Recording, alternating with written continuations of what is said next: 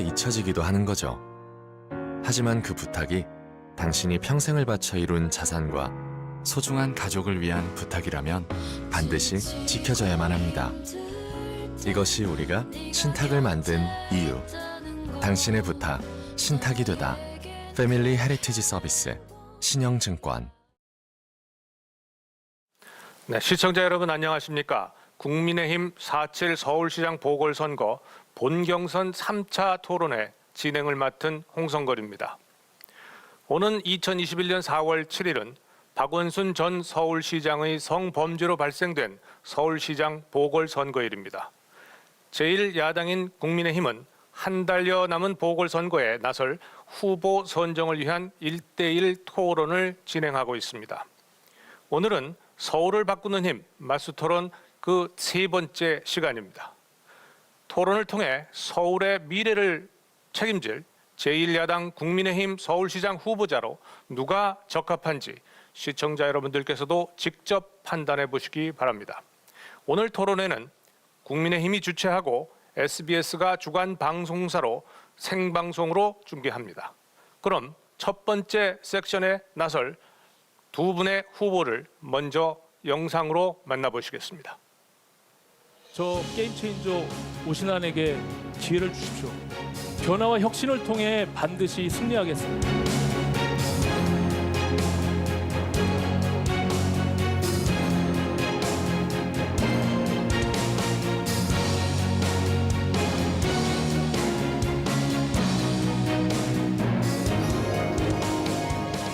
민주당 정권 심판하겠습니다.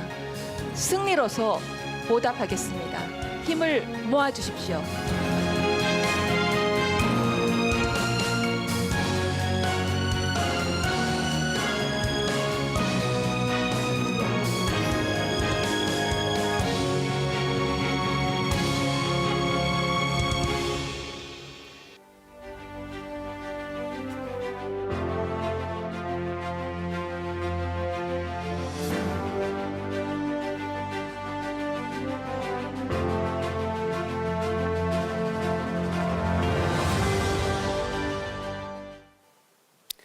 네, 후보자 소개해 드리겠습니다. 먼저 무대 왼쪽 기호 1번 오신환 후보입니다. 안녕하십니까. 게임 체인저 오신환입니다. 네, 무대 오른쪽은 기호 4번 조은희 후보입니다. 반갑습니다. 좋은 사람 조은입니다. 네, 오늘 토론회는 서울시 사회 현안을 큰 주제로 합니다만 마지막 맞수 토론임을 감안해서 사전 합의에 따라서 광범위하게 그동안 미진했던 주제를 자유롭게 토론하실 수 있게 되어 있습니다. 그동안에 했던 거와 마찬가지로 후보자별 총 각 20분의 발언을 갖게 되시는데요. 비전 발표 20분, 상호 토론 16분, 그리고 마지막 마무리 발언 2분 이렇게 해서 총 20분입니다. 각각 발언 시간 종료와 함께 마이크는 자동적으로 꺼지게 된다는 점 이미 잘 아시고 계시리라 믿습니다. 그럼 먼저 국민의힘 서울시장 보궐선거 경선 토론회 서울을 바꾸는 힘 마수 토론회 첫 번째 토론해 주실 두 후보자가 생각하는 서울의 미래 비전을 들어보겠습니다. 먼저 기호 1번 오신환 후보 말씀해 주십시오. 존경하고 사랑하는 서울 시민 여러분, 안녕하십니까? 새로운 서울이 온다 게임 체인저 오신환입니다. 이번 서울시장 선거는 문재인 정부의 무능과 위선을 심판하는 선거입니다. 부동산과 일자리의 실패, 이대로 두면 우리들의 삶은 더욱더 나빠집니다. 성추행으로 막을 내린 박원순 9년, 민주당의 실패에도 반드시 책임을 물어야 합니다. 이기려면 바꿔야 합니다. 사람을 바꿔야 이길 수가 있습니다. 과거로 다시 돌아가면 10년 전의 실패를 되풀이할 수 있습니다. 선거는 과거와 미래의 싸움으로 가야 합니다. 과거는 절대 미래를 이길 수가 없습니다. 저 오신환이 변화와 혁신으로 반드시 승리하겠습니다. 새로운 서울을 위해서는 새로운 인물이 필요합니다. 시민들의 아픔을 이해하고 청년들과 같이 호흡하는 젊은 후보를 내세워야 합니다. 저 오신환이 국민의힘의 후보가 되는 순간 서울 시민들이 집중하게 됩니다. 그리고 이것이 국민의힘의 변화가 될 것이고 단일화의 파고를 넘어 민주당에 압도적으로 승리할 수 있습니다. 저 오신환은 미래를 이야기하려고 합니다. 대재앙과 같은 저출산의 문제, 그리고 경제의 문제, 그리고 코로나와 부동산으로 우리 서민들의 삶이 너무나 지치고 힘든 그 문제를 가지고 나서려 합니다. 서민들의 삶을 지키는 따뜻한 시장, 그리고 서울시의 경제를 활력을 일으킬 유능한 시장, 문재인 정부를 심판할 용감한 시장, 저 오신환이 정답입니다. 저 오신환이 반드시 승리해서 서울의 변화와 희망을 열어가겠습니다. 고맙습니다. 네, 오신환 후보 말씀 잘 들었습니다. 다음은 기호 4번 조은희 후보 순서입니다.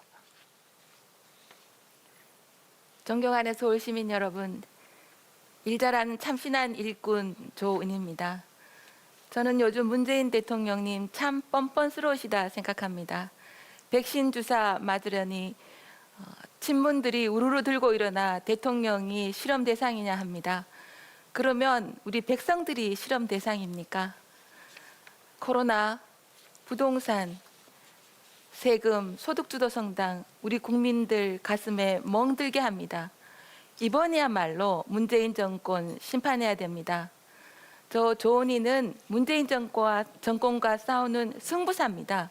지난 지방선거에서 유일하게 강남, 송파도 다 쓰러질 때 우뚝 살아남아 보수의 자존심을 지켰습니다. 재산세 반값 밀어붙여 문재인 정부도 따라오게 했습니다. 횡단보도 그늘막 박원순 서울시 반대를 뚫고 전국 방방곳곳에 세웠습니다. 문재인 정권과 투쟁에서 승리를 쟁취한 후보 저 조은희가 유일합니다. 박영선 후보 조은희 공약 표절합니다. 경부고속도로 지하와 25개 다액도시 표절해도 잘못하고 있습니다. 저 조은희가 박영선 잡고 문재인 정권 심판하겠습니다. 이번 선거는 1년 2개월짜리 시장을 뽑습니다. 초보 운전자도 10년 전 장롱 면허 운전자도 안 됩니다. 저 조은희 서울시 부시장, 유일한 야당 부청장으로서 지난 10년간 현장에서 달리고 있는 일 잘하고 참신한 모범 운전자입니다. 저 조은희에게 힘을 모아 주십시오. 그러면 조은희가 문재인 정권 심판하는 승부사가 되겠습니다. 저 조은희가 국민의 마음을 얻어서 민심을 얻어서 정권 재창출 초석이 되겠습니다. 감사합니다. 네, 두 분 후보자님 서울의 미래 비전에 대해서 잘 들었습니다. 자, 이제 이번 순서는요. 이러한 미래 비전을 어떻게 실현할 것인가에 대해서 서로가 자유롭게 토론하는 시간을 갖도록 하겠습니다. 어제 저도 MBC 100분 토론 봤습니다. 아주 잘 하시던데요.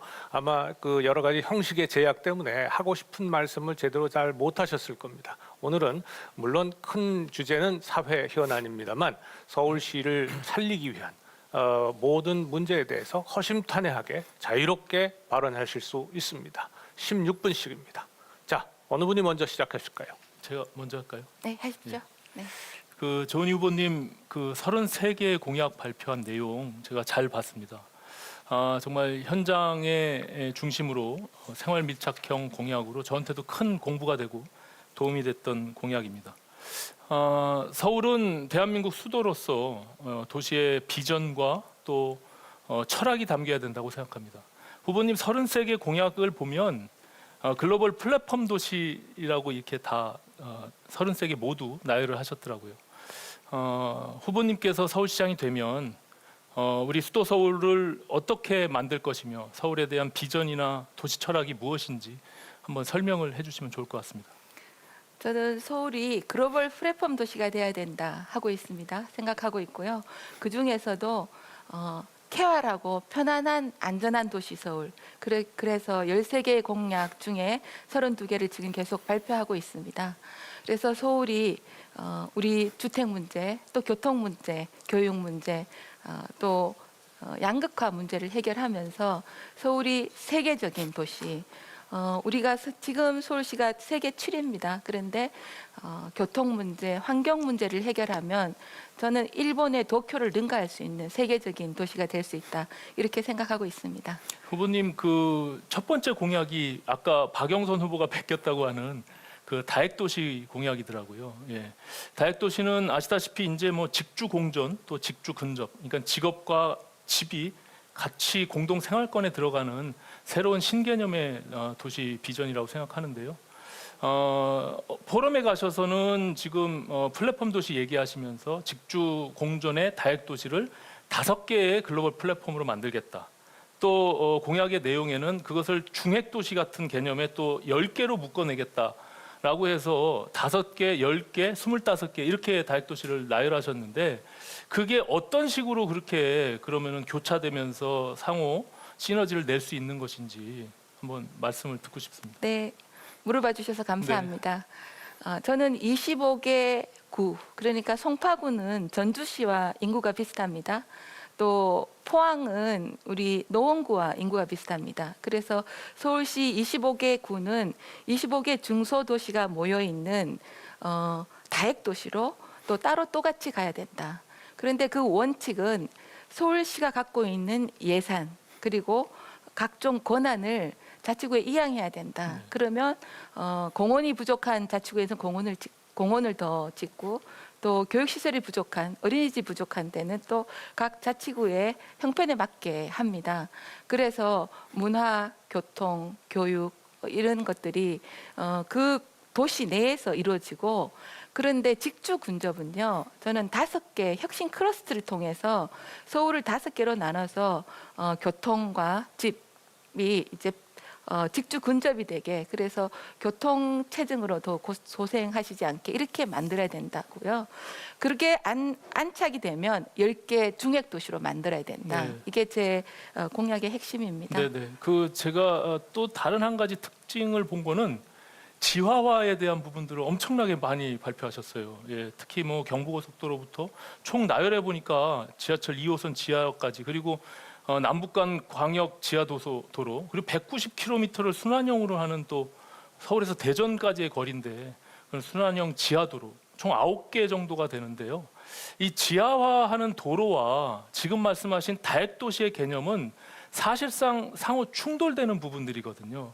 혹시 TOD라고 들어보셨나요? 네네. 그러니까 예, 이게 대중교통 중심의 보행자 중심의 일체형 개발 TOD의 도시 기반들을 기본적인 컨셉으로 해서 다핵도시가 나온 거거든요. 근데 지금은 자동차 운송 중심의 그런 지하화와 말씀하신 그 다핵도시가 어떻게 연결이 될 수 있는지 그리고 또 첫 번째 공약은 탄소 중립의 환경 생태 도시를 만들겠다고 말씀하셨는데 지금 말씀하신 자동차 운송 중심의 지하도로가 거기랑 어떻게 연결되는지를 한번 듣고 싶습니다. 예. 네, 먼저 제가 환경 문제에 대해서 탄소 중립 도시가 1호 공약입니다. 네. 그런데 그 중에서 자동차를 산소차, 수소차로 점차 바꿔야 된다.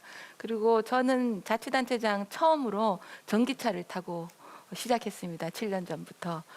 그리고 지하화는 제가 UCT 플랜이라고 합니다. UCT 근데 유나이티드 연결하고 U 언더그라운드 지하도시. 그래서 서울 시민이 연결해야 된다. 그런데 지금 동서로 경부고속도로, 경부 1호선 철도 이렇게 막혀져 있거든요. 이것을 지하화를 통해서 연결해야 된다.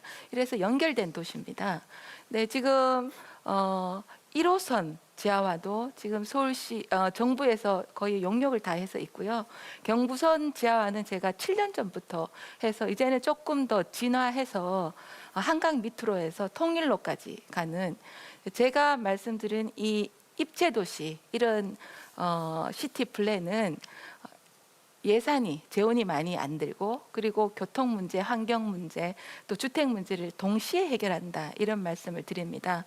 그리고 지금 후보님께서 잠깐 조금 질문하시는 가운데 이해가 조금 부족하시다고 말씀드린 부분을 제가 설명을 드리는데 이게 친환경 도시로 가서 지하로 가기 때문에 이 환경 문제가 더 좋아진다. 그 위에 공원을 만들기 때문에 더 친환경적인 도시가 된다. 이런 설명을 같이 드리겠습니다. 제가 제가 사실은 조금 한 가지만 더 네네. 제가 문제 제기한 것은 자동차 운송 중심의 도시 계획이 지금 말씀하신 다핵 도시로 변경되는 과정에서 대중교통을 통해서 직주 공존이 일어나는 그런 컨셉으로 출발한 거거든요. 그러니까 지하화한다는 것은 사실상 그 M30 마드리드의 M30을 이제 모티베이션해서 기본적으로 동부간선도로 뭐 지금 88 올림픽대로 그리고 강변도로 다 지하화한다고 말씀하셨잖아요. 이게 아마 한 20년 정도 해도 될까 말까한 이런 상황을 서울시를 전체를 지하화 공사를 시작해서 과연 이것을 무슨 서울시 전체를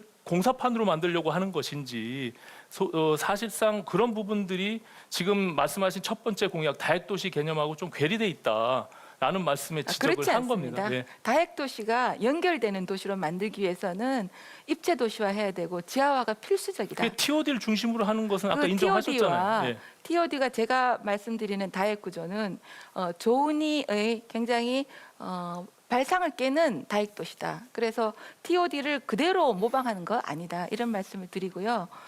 제가 또 말씀드리는 부분은 후보님께서 입체 도시화한다. 네. 이렇게 하고 공약에서 보면 입체 도시를 도로와 철도를 지하화한다. 이렇게 말씀하셨는데 네. 또 다른 인터뷰에서 보면 어느 천년에 그걸 하느냐. 그거는 다 주장해놓고 말장난이다. 그래서 입체 도시 개념이 저는 조금 자가당착 부분이 있다. 그랬는데 제가 좀 잘 모르는 건지 네. 설명 좀 부탁드립니다. 지금 말씀하신 그 후보님이 공약하신 다핵 도시의 개념 그리고 입체 도시의 개념이 지금 요즘 도시의 트렌드입니다. 사실은. 근데 이제 좀 다른 것은 지금 거기에 앞서 제가 문제 지적했던 그 지하 도로화하는 것 이런 것들이 사실은 부동산 개발의 개념 그 위에 아파트를 짓고 뭐 집을 짓는 이런 것 공약들을 많이 하셨는데 절대 아닙니다. 예. 그 아니, 물론 이제 위에는 복합 개발도 공원을 하는데, 만드는 거죠. 공원도 하시고 예, 알고 있습니다. 그게 그런데 예. 그 위에 아파트를 짓는다면 근데 전혀 이해를 잘못하시는 아니 겁니다. 경부고속도로 덮은 다음에 그 위에 아파트 짓는다고 하셨잖아요. 아닙니다. 아파트 공원과 아파트를 짓는다 하셨잖아요. 경부고속도로 지금 예. 그럼 10차선은 경부고속도로 위에는 그 주변 도로에 한다는 겁니까? 그렇죠. 그러니까 그거나 그거나 시설로 어쨌든 그걸 아니, 전혀 덮어야지. 다른 개념입니다. 그걸 덮어야지 할 수 있을 거 아닙니까? 덮는 게 어쨌든 아닙니다. 그래서 65만 원을 짓겠다고 하신 게 결국엔 1년에 13만 원을 하겠다는 거잖아요. 그걸 그렇죠. 어디다가 지으실 지금, 거예요? 지금 말씀하신 대로 지하화 한 곳에 짓겠다고 말씀을 하셨잖아요. 그렇지 않습니다. 강변도로 위에도 그걸 하겠다고 하셨잖아요. 그렇지 않습니다. 그건 우상호 후보의 공약이죠. 아니 우상호도 했는데 저는 그런 지금- 공약 한 적이 없고요. 제 그럼 공약을 다시 65만 원 설명드리겠습니다. 1년에 지금 7만 8천 호를 공급하고 있거든요. 네. 근데 65만 호면 13만 호를 공급해야 되는데 그 2배 가까이 되는 그런 아파트를 어디다가 짓겠다는 겁니까? 제가 네. 두 가지 분야를 질문해 주셨는데 네. 제가 그 말씀드리겠습니다. 첫째는 경부고속도로를 지하화해서 그 위에 아파트 짓겠다는 거는 전혀 그건 구시대적 사고죠. 네. 저는 그 위에 지금 10차선 그 위에를 공원으로 만들겠다는 겁니다. 그 위에 시설 녹지가 있는 미이용 도시계획 시설이 있습니다. 한 9만 평. 거기에 7만 평 정도를 아파트를 만들겠다. 했기 때문에 지금 훨씬 더 친환경적입니다. 그래서 오해를 하지 말아 주시고요. 아니 그러니까 그걸 결과적으로 지하화를 한 다음에 도로를 만들어야 주변 부지에다 아파트를 짓 수 있는 거잖아요. 그렇죠. 예, 도로를 덮지 않으면은 결국엔 못 짓는 거잖아요. 덮는 게 아니고 지하화하는 그러니까 겁니다. 지하를 하지 않는 네, 이상 네. 어쨌든 덮는 그런 거랑 지하화는 부지에다가 굉장히 다르다는 말씀을 드리고요. 네, 네. 그다음에 제 주택 65만 호 공약은 저는 오히려 오신환 후보가 3만 호라는 게 언발이 오줌 누기다 이런 생각을 했습니다. 3만 원은 제가 네. 말한 반반 아파트, 분양 아파트만 제가 숫자를 제시한 거고 어제 토론에 제가 말씀 보여드렸잖아요. 재개발, 재건축의 활성화를 통해서 기본적으로 민간의 자율성을 담보하고 그것을 활성화시키면 패스트 트랙 제도나 용적률 인센티브를 통해서 7만 원, 8만 원은 거기서 나오는 저한테 거예요. 기회를 민간에서. 주실까요? 예, 기회를 예. 주시겠어요? 아니 이제 숫자 어차피 시간은 동일하니까요. 네, 예. 네. 그 숫자는 나오는 거고 제가 말씀드린 건 공공에서 할 아니 말씀을 많이 영역들을 하시면 제 질문에 답하실 시간이 없으실까 봐 공공에서 제가 해야 될 영역들을 3만 호를 제시한 거고요. 민간의 영역들은 쓸데없이 그런 숫자 싸움하는 것이 무의미하다는 것을 제가 어제 도표로 보여드렸잖아요. 그 그래서 지금 도표가 13만 호 자체가 저는 제가 굉장히 설명드릴 기회를 무모하다. 주시겠습니까? 예, 할 네. 거예요. 예. 지금 무모하다. 박원순 시장 시절에 7만 7천 호를 공급했습니다. 년. 그래서 저는 박원순 시장보다 좀 더 열심히 해서 5만 호를 더 공급하겠다. 현재 주택 보급률이 97%인데요. 5년 내 105%로 끌어올리는 것이 제 목표입니다. 그 방법으로는 첫째는 미이용 도시계획 시설, 그리고 공영 주차장, 또 차고지, 이게 20만 평이 있습니다. 이것을 발상에 전환을 해서 지금 오 후보님이나 다른 후보님들이 입체화해서 할 수 있는 그 발상의 패러다임을 깨는 방법을 안 쓰시는 거죠. 그렇게 하면 저는 양질의 주택 10만 호, 그거는 공공이 할 일이라고 생각합니다. 그리고 재개발, 재건축을 활성화하면, 예를 들면 박원순 시장이 393개 정비구역을 해제해서 주택 공급을 못하게 한 것이 25만 호입니다. 그러면 지금 214개 진행되고 있는 것을 스피드하게 하고 393개 중에 절반만 해도 저는 35만 호 공급할 수 있다고 생각합니다. 그리고 나머지 재건축을 활성화합니다. 그리고 층고를 높여주고 인센티브를 주고 거기에 공공기여금을 받으면 20만 호가 공급이 됩니다. 저는 재건축 전문가입니다. 정말 스피드 재건축, 또 중재 노력을 통해서 우리 서초구청장이 거의 서초구청에서 거의 시범으로 전국에서 가장 재건축이 활발한 곳입니다. 그래서 해본 사람이 안다. 지금 이제 제가 한번 여쭙겠습니다. 잠깐만요. 후보들별로 아시다시피 16만 호, 30만 호, 지금 65만 호, 70만 호, 75만 호, 120만 호까지 10년 동안 한다는 분들 계셨는데, 이 사실상 이런 숫자가 저는 무의미하다는 거예요. 그래서 그게 왜 제가- 후보들마다 이렇게 네. 천차만별로 이렇게 제시하는 것이 오히려 시민들을 우롱하는 일이다. 그래서 민간에서의 할 수 있는 영역과 공공에서 할 수 있는 영역들을 나눠서 그것을 시장이 하면 되는 것이지, 자꾸 숫자 갖고 무의미한 싸움을 하는 것은 저는 불필요하다 생각하고요. 그럼 아까 제가 좀 여쭤보겠습니다. 입체도시 네. 제가 설명을 못해서 그런데, 입체도시의 개념은 이런 부동산 개발이 아닙니다. 기본적으로 지하화할 것은 지하화하고, 기존에 있는 것들을 평면적인 도시계획을 입체화해서, 그래서 도시를 살리는 그런 미래 도시 전략입니다. 예를 들어서 거기에는 경제 개념과 AI를 기반으로 한 미래 교통 시스템, 그리고 창업 도시의 기반들이 함께 복합적으로 들어있는 그런 미래 도시 전략으로서의 입체 도시 개념이거든요. 그러니까 저하고 지금 말은 말씀하신 같은데 내용은 지하화하고 좀 다른 것 다액도시 같습니다. 이런 네. 부분들은 결과적으로는 저는 그거는 경제 개발이 아니라 어찌 보면 부동산 개발과 같은 그런 개념이기 때문에 좀 차원이 다르다, 저는 이렇게 말씀을 드립니다. 저는 오 후보님의 그 사고 방식이 좀 패러다임을 바꾸는 사고 방식이 아니고 기존의 좀 낡은 사고 방식 아닌가 생각하고요. 어떤 점에서? 그리고 3만 호 예를 들겠습니다. 3만 호 반반 주택 얘기하셨지 않습니까? 네. 근데 그것을 문재인 정부와 똑같은 방식으로 지금 태릉 골프장에 네. 또 용산 캠프킴 자리에 빈 택지가 있는 곳에 짓겠다, 이렇게 말씀하셨거든요. 어떻게 지금 아무리 다급해도 그린벨트는 보호해야 되는데 문재인 정부랑 똑같이 그 위에 3만 호 짓겠다, 발상의 전환을 해야 되는 겁니다. 그러니까 비현실적이다라는 거예요. 지금 후보님들이 지금 저 경부고속도로 공약을 7년 전부터 했잖아요. 네. 7년 동안 구청장 하시면서 못 했잖아요. 그럼 이제 앞으로 시장 돼서 1년 2개월 동안 9개의 지하도로 만들면서 경부고속도로 덮을 겁니까? 어느 시민이 그걸 믿겠습니까? 제가 1년 2개월 동안 한다고 전혀 말씀드리지 아니 그럼 않았습니다. 5년 동안 만약에 5년 재선을 해서 동안, 5년 동안은 그걸 덮을 수 5년 있습니까? 동안 경부고속도로 지하화 제가 해내겠습니다. 자, 그리고 제가 7년 동안 연구한 겁니다. 그리고 지금은 더 아니 업그레이드 구청장의 돼서 공약에서 경부고속도로 하겠다고 했는데 못 하셨잖아요. 구청장은요. 근데 왜 공약을 지금 하셨어요?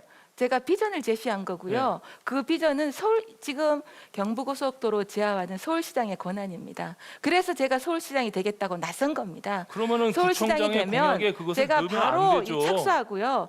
거기에서 좀 더 나가서 한강 밑으로 도로를 뚫어서 통일로, 은평구, 또 서대문의 교통 지역을 해결하겠습니다. 30분 만에 구파발에서 강남으로 오는 30분 지하 고속도로를 제가 뚫어내겠습니다. 제가 뚝심 있습니다. 재산세 반값 투쟁할 때 저 혼자 외롭게 했지만 결국 문재인 정부도 따라했습니다. 그리고 오신환 후보님께 또 여쭤보는데요. 오신환 후보님대로 하면은 문재인 정부 따라하기가 되는 것 같아요. 제가 설명을 드릴게요. 예를 들면 반반 아파트의 개념부터 개념 제가 이해를 잘 못 알고 하시니까. 있습니다. 예, 그건 토지 임대부기 때문에 제가 잘 알고 기본적으로 있습니다. 서울시가 네네. 그 땅을 보유하고 있어야 돼요. 저한테 설명 예. 안 하셔도 돼요. 예, 그래 아니 지금 네. 시민들도 알아야 되니까. 그러시죠. 네. 예, 그래서 결국에는 환매 조건부와 토지 임대부가 같이 복합적으로 만들어진, 다만 과거의 실패 선험 사례들을 반면교사 삼아서 이것이 반값으로 공급하고 그 이후에 매매할 때 그 환매 매매 차익의 절반까지 보장해 드리는, 그래서 이 정권에서 지금 내 집 마련의 꿈을 잃어버린 무주택 서민들, 청년들, 또 전세 난민들에게 그 주거 사다리를 놓겠다는 굉장히 매력적인 공약이에요. 그래서 지금은 시장이, 주택 시장이 민간 주택 시장과 그리고 공공 임대 시장만 있잖아요. 그래서 그 가운데 주거 사다리의 개념에 공공 분양에 반반 아파트를 내놓겠다라고 하는 것이고, 이것은 우리가 부동산 정책을 하더라도 이 공공의 영역에서는 누굴 바라보고 부동산 정책을 할 것이냐에 대한 철학이 담겨 있는 그런 공약입니다. 네. 오신환 후보님 굉장히 매력적인 공약이에요. 네. 저도 참 칭찬해드리고 싶어요. 저도 똑같습니다. 네. 그런데 저는 숫자가 오신환 후보님보다 3배나 더 많은 거죠. 혁신적인 방식으로. 저도 토지 임대부 주택입니다. 그래서 오신환 후보님이 말씀하시는 거 저 대신 말씀해 주셔서 제가 오히려 감사하게 그럼 생각하고요. 공공의 10만 호를 그 공공 분양으로 그렇습니다. 토지 임대부를 하시겠다는 네, 거예요? 네, 그럼 네. 공공 임대는 거기에 포함을 안 시킬 겁니까? 네, 60, 지금 65만 원에? 임대는요. 네. 서울시에서 역세권 임대주택 8만 호를 공급하고 있습니다. 네. 그거는 그대로 가게 하면 됩니다. 그래서 저는 플러스 10만 호 공공 토지부 임대주택을 얘기하는 건데, 지금 오신환 후보랑 다른 점은 오신환 후보는 문재인 정부랑 똑같이 캠프 킴 부지에 또 태능의 그린벨트 지역에 하시겠다는 거고, 저는 그것은 미래 세대를 위해서 놔두고 그냥 지금 차고지, 공영 주차지 이런데 그런 것을 이용해서 하겠다는 발상의 전환을 하는 겁니다. 그 발상을 그리고 또 제가 또 전환한다고 한 말씀 제가 말씀드린 게, 이 주택이라는 집은요 상상 위에 짓는 것이 아니고 입으로 짓는 게 아니에요. 늘 그러면 차고지하고 그런 빈 땅이 있었으면 지금 다 지었지 왜 안 지었겠습니까? 그러니까 무능하다고 생각합니다. 그거는 발상만 전환한다고 되는 것이 아니라 비현실적이다라고 얘기하는 그렇지 거예요. 그런 거를. 않습니다. 그리고 네. 제가 말씀드린 것은 저는 이미 현장에서 그 일을 이 많이 문재인 해왔습니다. 정부가 8.4 부동산 대책을 냈을 때 민간 택지를 활용해서 더 많은 물량을 내겠다고 해서 언론의 비판을 받았어요. 할 수 없는, 비현실적이다. 그중에 공공 택지를 지금 말씀하신 그 택지를 발표한 바가 있는 겁니다. 그래서 제가 서울시장이라고 해서 모든 것들을 다 한꺼번에 바꿀 수는 없잖아요. 가장 현실적인, 그리고 제가 철학이 담겨 있는 반반 아파트를 빠른 시일 내에 선보일 수 있는 그런 부지를 선택해서 말씀드린 것뿐이지, 거기만 하겠다는 게 아니라 재개발, 재건축을 활성화하게 되면 공공기여분이 나와요. 지금은 이제 법이 바뀌어서 그중에 50%는 분양을 하게끔 되어 있습니다. 그것이 지금 서울시가 하고 있는 지분 적립형 분양주택을 하고 있는 것이고요. 저는 그 부분을 반반 아파트로 해서 아까 말씀드린 무주택 서민들에게 주거 사다리, 징검다리의 역할을 만들겠다. 저는 그 말씀을 드린 그건 겁니다. 제가 칭찬을 드리잖아요. 네. 그런데 그 방법과 숫자의 문제죠. 아니, 숫자는 제가 그만 얘기하라고 얘기했잖아요. 그 불필요한 네, 논쟁이에요. 그만 예, 얘기하겠습니다. 그런데 어제 재개발 재건축의 단계가 몇 단계, 8단계인 네. 걸 그죠? 그런데 그 단계를 통합하겠다고 몇 단계로 줄여서 통합하겠다고 그런 얘기 한 적이 없다고 어제 토론에 얘기했잖아요. 그렇죠. 그래서 제가 패스트 가서 트랙을 도입하고 네. 용적률 인센티브를 적용하겠다. 저한테 잠깐 예. 만약 말씀하세요. 기회를 좀 예. 주시겠어요? 제가 다시 찾아봤어요. 1월 20일 날 국회에서 말씀하신 게 육성으로 나와 있어요. 네. 그리고 보도가 돼 있어요. 제가 다시 확인했습니다. 심의 단계를 통합해서 줄여서 패스트 트랙 하겠다. 그리고 원스톱 심의는 다른 후보가 공약했는 건데 그거는 무지의 소산이라고 말씀하신 네. 거. 네. 그거를 어제 제가 얘기한 게 아니고요. 이게 도정법상 8개 단계는 심의 기간을 단축할 수는 있어도 그 얘기를 한 거예요. 그 제가. 단계는 네. 통합할 수가 없어요. 그러니까 이해가 좀 8개를 잘못되셨다면, 4개로. 네, 제가 잘못된 게 아니고요. 아니, 제가 만약에 가서 그러니까 그 내용이 전달이 잘못됐다면 지금 정정하잖아요. 어쨌든 네. 지금 말씀하신 거하고 똑같은 개념에 네, 정정해 각 주시면 단계별의 감사하겠습니다. 심의의 네. 기간들을 패스트 트랙을 통해서 네. 단축해서 이게 10년이 걸릴 것을 7, 8년이 걸리면서 빨리 할 수 있도록 하겠다. 그럼 그런 제가 취지의 또 다시 얘기한 거예요. 여쭤볼게요. 예. 그 8개 단계를 가장 빨리 줄이면 법적으로 몇 년 동안 줄일 수 있을 것 같습니까? 뭐 지금 현재 10년에서 15년 걸리는 게 제가 봐서는 아무리 빨라도 한 7년 뭐 그 정도 5년입니다. 그거는 너무 무리한 발상이에요. 아니 법적으로 예. 가장 빨리 줄일 수 있는 게 네. 5년이고요. 근데 그 중에서 서울시장의 권한은 어디에 있다고 생각합니까? 그 8개 단계 중에요. 뭐 도시건축 심의도 있겠고요. 도시계획 절차에도 있겠고 뭐 단계가 여러 가지가 있겠지만 예. 아닙니다. 정비계획을 해제하거나 지정하는 게 서울시장이 할 수 있고요. 네. 또 심의, 도시계획 심의. 그러니까 지금 아니 말씀드린 그 심의나 그중에 심의가 도시계획 심의가 도시건축 아니고요. 공동 심의도 어차피 건축, 네, 서울시가 심의. 하고 있어요. 예. 그 심의는요 21층 이상 일대만 합니다. 어쨌든 그러니까 그것도 나머지 주택 안에 8개 들어가 단계 있는 거니까. 중에는 예. 시장이 할 수 있는 게 21층 이상 아파트와 처음에 정비계획구역 지정할 때만 할 수 네. 있는 거기 때문에 시장이 줄일 수 없다는 걸 다시 말씀을 확인을 드리고요. 제가 그다음에 후보님 제가 한 좀 더 가지- 여쭤보겠습니다. 예. 서남권에 저는 정말 박영선 또 이인영 장관이 거기서 오랫동안 국회의원 하시면서 왜 거기 헌집을 그대로 뒀나? 이거 정치적으로 표계산한 거 아닌가? 네. 제가 시장이 되면 거기 20만 호를 짓겠더라고요. 근데 오 후보님 어떻게 생각하십니까? 후보님 그 지금 금천이나 구로 지역에 뉴타운이나 재개발을 정비구역 해제한 부분들에 대해서는 저도 문제가 있다고 생각해요. 거기에 도시 재생 뭐 이런 프로그램들 넣어서 해봐야 도시가 다시 환경이 변화된다고 생각하지는 않고 지금 주택을 미니 뉴타운 말씀하시는 거잖아요. G밸리에. 그것도 하나의 방법이 될 수 있겠다라고 해서 그것이 잘 현실화되면 좋겠다는 생각이지만 저도 그 부분에 대해서 지금 그것은 기본적으로 G밸리가 첨단 그 업종, 첨단 IT 업종들이 들어와 있다는 것을 전제해서 서남권에는 충분한 일자리가 있다는 것을 전제해서 그 말씀을 하시더라고요. 근데 그 현실을 잘 모르시는 게 G밸리는요. 과거 구로공단에 있을 때 아주 소규모의 제조업들이 지금도 요즘에 유지되고 구로공단이라 있고 얘기하면 지벨리 그게 기분 G밸리 나빠하십니다. 아예 알고 네, 있어요. 네, 그래서 네. G밸리로 변모된 과정에서도 그 업종이 지금 IT나 첨단 산업에 맞는 구조로 바뀌지가 않았습니다. 그래서 제가 말씀드린 입체 도시의 개념이 서남권에 K 스타트업 코리도를 만들겠다고 한 것이 바로 그런 경제 개념이 들어가 있는 거예요. 근데 지금 후보님은 우리 대한민국이 또 그중에 수도인 서울이 어떻게 경제 비전들을 가지고 먹거리를 만들어낼지 청년들의 일자리는 어떻게 해결할지 이런 부분들에 대해서는 다소 무관심한 것 같더라고요. 그렇지 아주 뭐 않습니다. 지역에서 네, 네, 세세한 생활 밀착형 공약들은 네. 많은데 그럼 지금 말씀하신 서울의 경제 비전들은 어떻게 가져가실지 그 부분에 대해서 한 말씀 해주시죠. 제가 질문 드린 거 먼저 마무리하고 그거 좋다고 말씀드리겠습니다. 얘기했잖아요. 예, 네네. 그 뉴타운 그런데, 그거는 예. 기존의 잘못된 그 정비구역 해제로 인해서 실현될 수 있으면 그 집을 짓는 건 좋은데 그 지역 서남권의 지역이 기본적으로 경제나 일자리가 지금 활성화돼 있다라고 하는 판단하에서 그 말씀을 하시더라고요. 그래서 그렇지 않다는 걸 제가 말씀드렸고 그렇다면 앞으로 우리 이 수도 서울의 경제 비전이나 청년 일자리의 문제는 어떻게 해결하실 건지. 저는 서남권은요 마곡 또 G밸리를 통해서 디지털 첨단 단지로 계속 업그레이드 시켜야 된다고 생각합니다. 그래서 어떤 후보님이 방식으로요? 말씀하시는 말씀하시는 K 코리도 저는 동의합니다. 네. 그런데 지금 제가 여쭙고 싶은 거는 또 동부권입니다. 동부권 창동 있죠. 저는 홍릉, 창동 또 태릉 이쪽을 연결해서 의료 바이오 클러스터로 만들어서 거기는 일자리가 없고 거기는 수락산 위에 올라가면 아파트밖에 없습니다. 그런데 그 태릉에 아파트를 짓겠다고 하셨거든요. 그래서 동부권에도 먹거리가 있어야 된다. 제가 오죽하면 안철수 후보가 왜 거기서 국회의원 할 때 안내비라도 갖다 놓지 않았느냐.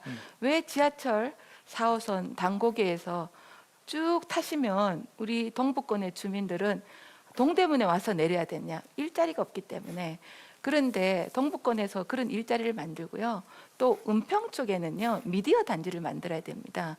그래서 신촌 같은 대학들하고 연계해서 그래서 5개, 그게 4개죠. 또 중앙에는 인쇄업, 문화업, 또 힙지로를 아주 전통적으로 발전시키는 게 제가 5개 혁신 클러스터입니다. 제가 말씀드리는 후보님, 거는 그 서초구에 구청장을 그만두시면 새로운 사람이 와서 그 잘 만들어 놓은 그 서초구의 공약들이나 정책들을 다 망가뜨리면 기분이 나쁘시잖아요. 그죠? 지금 공약이 기본적으로 서울시가 지금 글로벌 탑5 창업도시 비전을 갖고 1조 9천억 원의 예산을 쏟아부어서 하고 있는 거점 지역이 있어요. 그거에 대한 기본적인 공부가 덜 되셔서 지금 마음대로 지금 막 그림을 그렇지 그려놓으셨는데 않습니다. 아니 지금 네. AI 그 창업 칼리지와 그리고 창동 4대 도심을 지금 말씀하신 거잖아요. 네. 창동 4대 도심이라는 것은 기본적으로 광화문이나 강남이나 아니면은 여의도.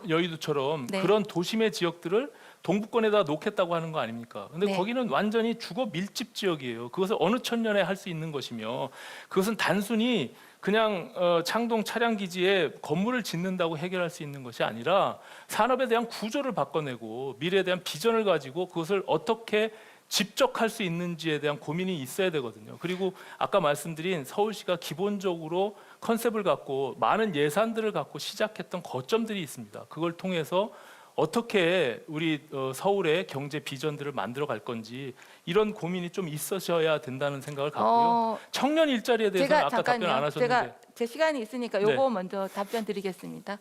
오 후보님이 시의원을 하셔서 이 행정에는 아직 좀 모르시는 것 같아요.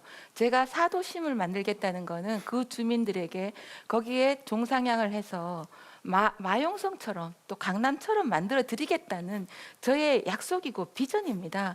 그런데 사도심을 어느 천년에 하냐 그러면 제가 시장이 되면 바로 합니다. 후보님, 네. 그리고요. 저는 시의원만 한 게 아니라 국회의원 2번 했어요. 네. 예. 아니 서울시 청장님 얘기입니다. 구청장을 하셔서 서울시의 큰 틀에 대한 비전, 이게 이제 생활 밀착형으로 이런 공약들은 굉장히 훌륭하세요. 근데 제가 말씀드린 것은 이번 서울시장은요 단순히 행정가만의 역할이 있는 것이 아니라 이건 야권에 대한 통합에 대한 정치적인 부분들도 같이 가져가야 되는 겁니다. 그렇기 때문에 정치력이 뭡니까? 문제 해결하는 능력 아닙니까? 물론 그렇습니다. 그 문제를 해결해서 민심을 얻어서 저보고 네. 시의원만 해봐서라고 말씀을 하시길래 제가 아니 시의원만이라고 말씀 안 드리셨어요. 말씀을 드린 네. 거고요. 네.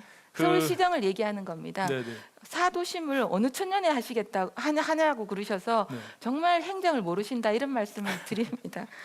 어느 천년이 아니고 당장 할 수 있습니다. 그거는 민심이 원하는 겁니다. 왜 동부권 주민들은 먹거리가 없이 사도심이 제가 강남처럼 도심이 안 돼야 됩니까? 어느 후보님, 천년이면 후보님 지금 시간이 없으니까. 듣는 동부권 주민들 정말 서운하시겠어요.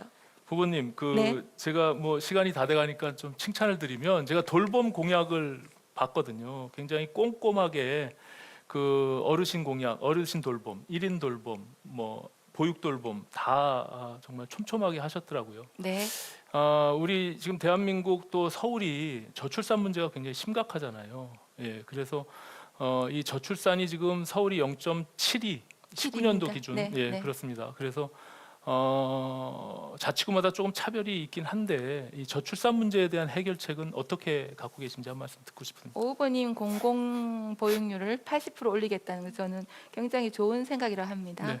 그런데 이게 서울형 인증 제도가 제가 서울시에 있을 때 제가 한 제도예요. 그래서 그것을 받아주셔서 감사하게 생각하고요. 네. 그 다음에 보육 문제는요.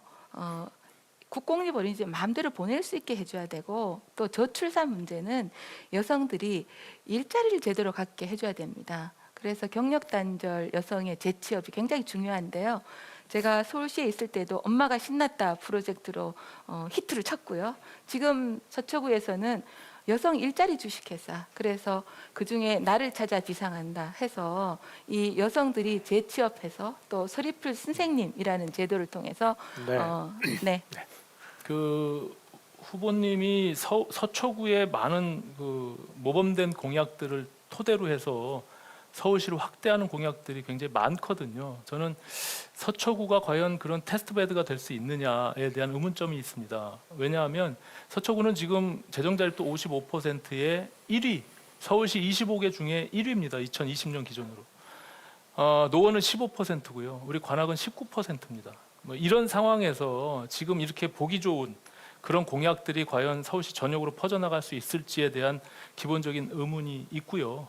예, 그래서 과연 모든 공약이 다 적용될 수 있느냐. 그리고 서초구에서 한번 시범 사례했던 것이 서울시 전역으로 가기는 좀 무리가 있다. 이런 생각을 갖고 있습니다. 아무튼 꼼꼼하고 촘촘한 그런 공약들에 대해서는 저도 많이 배우고 느꼈습니다. 예. 네, 감사합니다. 그 두 분 아주 열띤 토론 잘 들었습니다. 초반에 뭐 한 10분 이상을 계속 아파트 얘기만 하셔서 부동산이 아무리 중요해도 여러 가지 다른 문제도 많을 텐데 하고 사회자로서 사실은 걱정을 좀 했습니다. 그런데 끝에 오면서 뭐 청년 일자리, 스타트업, 또 미래 산업의 저출산 문제까지 폭넓게 다뤄주셔서 대단히 감사합니다. 아마도 시청자 여러분들께서도 좋은 그 판단을 하실 근거를 가지셨을 것이다 이렇게 생각이 듭니다. 자, 밥을 해도요. 밥이 잘 끓어도 뜸을 잘 못 들이면 그 밥맛이 별로 없습니다. 이제 마지막에 두 분이 2분씩 각 2분씩 마무리 발언으로 뜸을 잘 들여주시기 바랍니다. 자, 마무리 발언은 이제 순서를 바꿔서 기호 4번 조은희 후보부터 듣겠습니다. 서울 시민 여러분, 토론 잘 보셨습니까? 저는 오늘 토론 함께한 오신환 후보 굉장히 참신하고 유능하다고 생각합니다. 그런데 저는 서울시 부시장으로서 서울시 행정 현장에 10년간 있으면서 제가 서울시장이라면 하고 싶은 것들을 서초구에서 많이 했습니다. 70가지가 있습니다. 그런데 서초구가 부자구라서 다른 자치구에 전파할 수 있겠느냐 이런 의문을 가져주셨는데요. 서초구에는 전국에서 없는 밝은 미래국이 있습니다. 약자와의 동행을 하는 1,200명의 직원이 있습니다.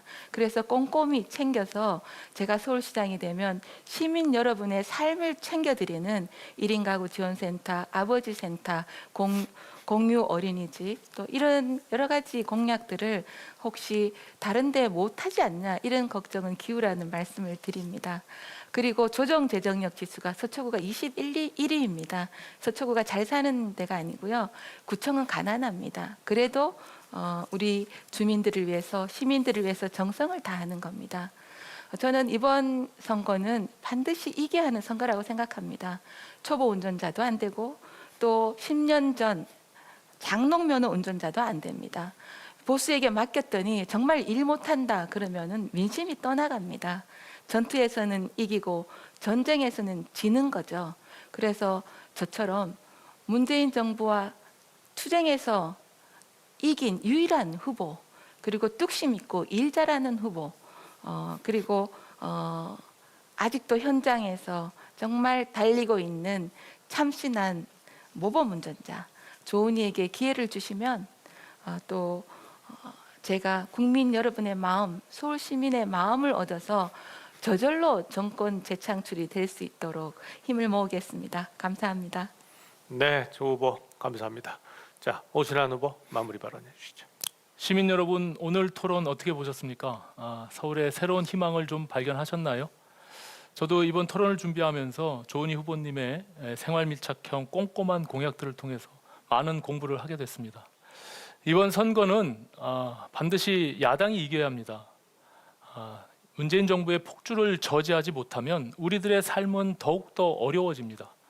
이기려면 바꿔야 합니다. 사람을 바꾸면 반드시 승리할 수 있습니다. 저 오신환으로 바꿔주십시오. 이번 선거는 그 어느 때보다 중원의 싸움이 중요합니다. 결국 49대 51의 싸움에서 부족한 2%를 채우는 것은 후보자와 컨텐츠의 진정성입니다. 행복한 변화를 두려워하지 말자. 1989년 정권 교체에 처음 도전했던 브라질의 룰라 대통령이 남긴 명언입니다. 저는 오신환이 나가면 되겠어라고 하는 많은 걱정들도 있습니다. 하지만 행복한 변화를 두려워하지 마십시오.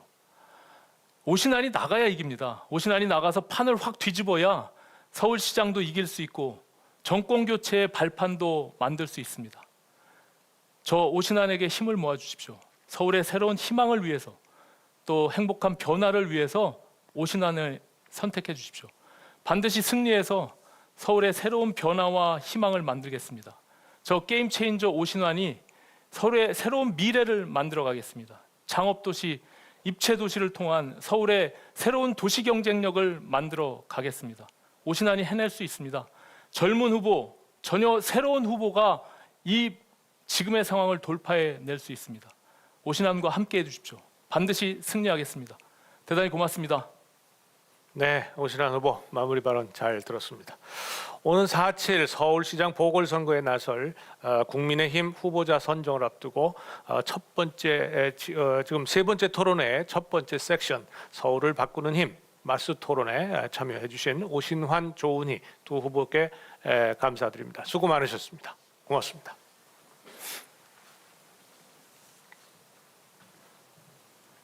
네. 퇴장하시죠. 네, 감사합니다. 네, 이어서 계속 토론 이어가겠습니다. 서울을 바꾸는 힘 마스 토론. 우리 국민의힘에서 4.7 서울시장 보궐선거 본선 경선에 출마할 후보자는 총 4분입니다. 이제 그 두 번째 섹션을 시작하겠습니다. 먼저 두 후보를 영상으로 만나보시겠습니다. 지난 10년 동안 정체된 서울시 다시 뛰도록 만들겠습니다.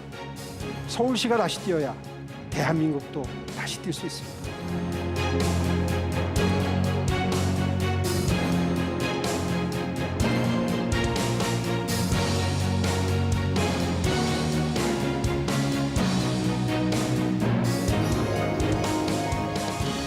서울부터 정권 교체, 건강한 서울, 나경원이 여러분들과 함께 만들겠습니다.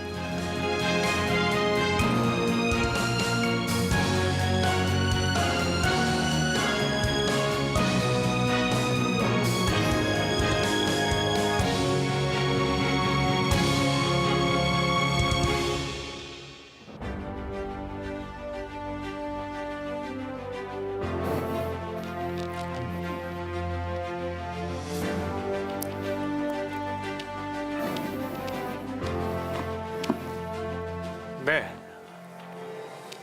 우리 바로 시작하겠습니다. 네, 우선 소개해드리겠습니다. 무대 왼쪽에 기호 3번 나경원 후보입니다. 네, 그리고 오른쪽에 기호 2번 오세훈 후보입니다. 네, 안녕하십니까. 반갑습니다. 네, 아마 두 분 지금까지 두 번째 걸친 마스 토론이 있었고요. 오늘 앞에서 일부도 또 보셨으니까 요령은 다 잘 아실 겁니다. 2분의 비전 발표하시고요. 상호 토론 16분 그리고 2분의 마무리 발언이 있습니다. 주제는 사회 현안입니다. 그러나 이 폭넓게 자유롭게 토론해 주실 수 있습니다. 다만 어제 제가 MBC 100분 토론을 봤는데요. 과거 문제를 굉장히 집요하게 두 분이 파고 드셨습니다. 시청률은 좀 올라갔을 겁니다. MBC에서. 그런데 우리 서울 시민이 과연 과거에 그렇게 관심이 많으실까 하는 생각도 또 사회자로서 해봅니다. 그래서 과거 없을 수 없죠. 그러나 현재와 미래를 조금 더 중점적으로 토론해 주시면 감사드리겠습니다. 그럼 먼저 기호 3번 나경원 후보부터 비전 듣겠습니다. 안녕하십니까. 반갑습니다. 나경원입니다. 존경하는 시민 여러분, 이번 서울시장 선거는 정말 아주 막중한 책임을 갖고 있습니다. 코로나 위기, 부동산 대란, 저출산, 교육 현장의 붕괴, 이 모든 것을 다 극복하고 일상을 만들어 드려야 합니다.